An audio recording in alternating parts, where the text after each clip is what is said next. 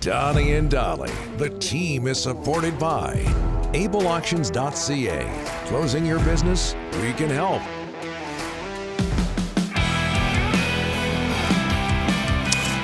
All of our guests today, including Ben Pope from the Chicago Sun-Times. He covers the Blackhawks. Standing by.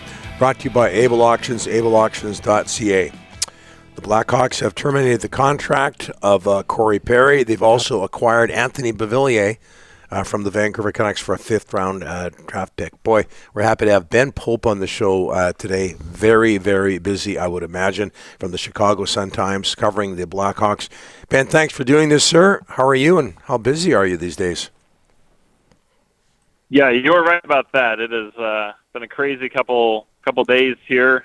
Really a crazy week ever since that Columbus game. But I mean, it's I guess good to start to get a little bit more details, a little bit more clarity, even though there's a lot of unanswered questions.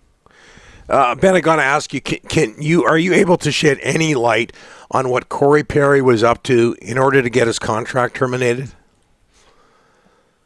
You know, I don't know too much more than what Kyle Davidson shared yesterday, and the organization has been certainly quiet about this on all fronts. But from what we've been able to glean just from what has been shared and what I've heard, it sounds like in Columbus last week the Hawks played there Wednesday, and it seemed like there was some sort of incident, workplace incident with another member of the organization. It seems like, and we don't really know the details on exactly what happened, but the organization was notified on Wednesday afternoon. And Healthy scratched Perry shortly before the game started. They were able to go 11 forward, 7 defensemen to make up for him his absence, and then that allegation had been investigated over the last 6 days, and the investigation substantiated the allegations, and they terminated. Well, they placed him on waivers, and now have terminated his contract. So that's really the best sense of the timeline that we have. It's certainly frustrating to not know more, but it's also a matter that with the various aspects involved, the team doesn't feel like they can share that much more. So that's really where things stand right now. I'm sure you're aware of this, Ben, but it's official. Not that long ago, minutes ago, Perry officially clears waivers, and as a result, his contract is officially terminated. Ben, this is of interest around these parts, considering where Connor Bedard is from. Nasty, false rumors made their way to Twitter, to social media regarding the Corey Perry development and the Bedard family. Do you know if the Blackhawks have addressed the issue with Connor?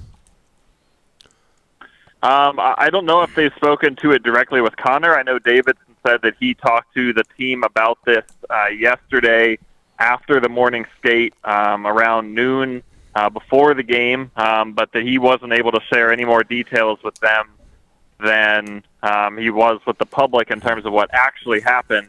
I wouldn't be surprised if he also had talked with Bedard about this. I know that it seemed like that aspect of it, the fact that the rumors had, been so widespread and so salacious and so false, seemed to be really, really wearing on him emotionally. The fact that, Bedard was completely uninvolved in this. His family was completely uninvolved, and he's an 18-year-old. He's just coming into the organization for the first time, and the fact that he got swept up in this for no reason seemed to be really weighing on Davidson, understandably. He said he was wearing it, the fact that this kind of happened under his watch. So that certainly is an extra, really concerning, disturbing part of this. Hey, Ben, Taylor Hall out for the season with an injury, and obviously now the Corey Perry situation. Did the Beauvillier trade make sense to you, Ben? They had the cap space, they needed a forward? It did make sense to me. Davidson had said on Saturday that he wasn't really planning to be able to add anything to this team right now, just because he figured other contenders would be a lot more aggressive with offers for anyone who was available. But I suspect the Beauvillier's cap hit, $4.15 million, kind of deterred a lot of contenders from being interested. And for the Blackhawks, who have a ton of cap space this year, it wasn't really an issue at all. And they certainly do need more depth on the forward front, more secondary scoring, more experience. And Beauvillier checks all those boxes.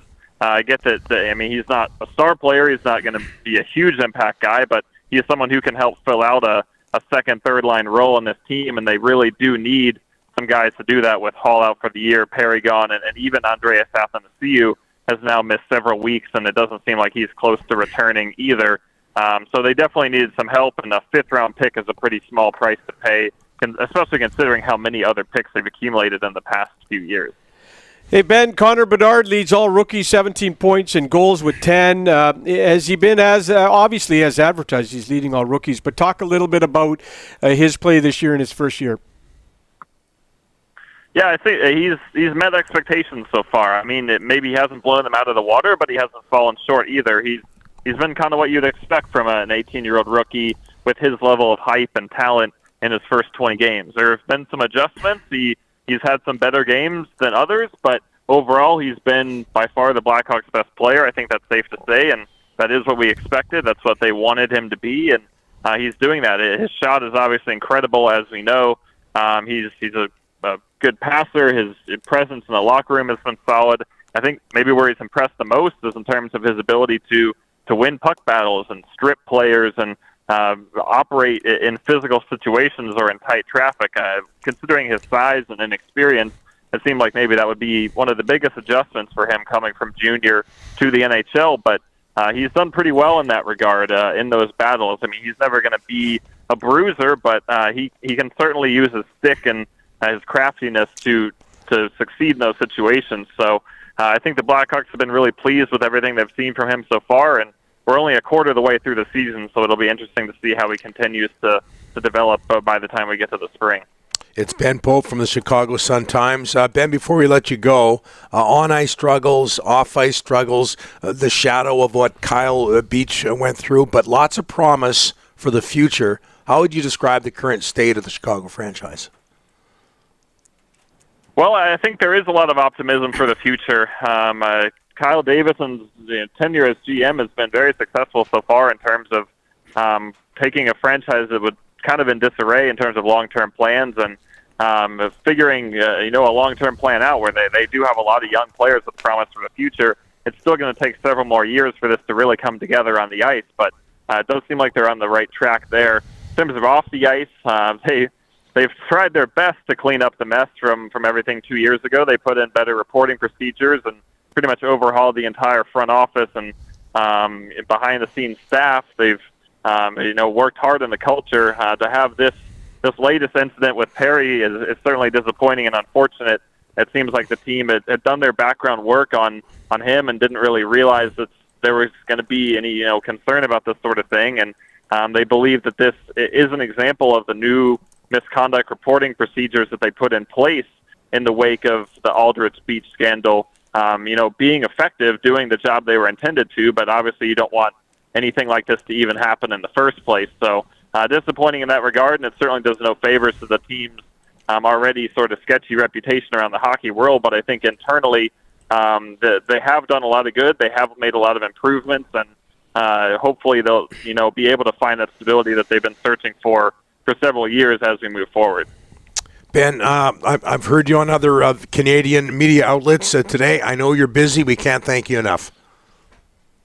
Yeah, thanks so much for having me. You bet.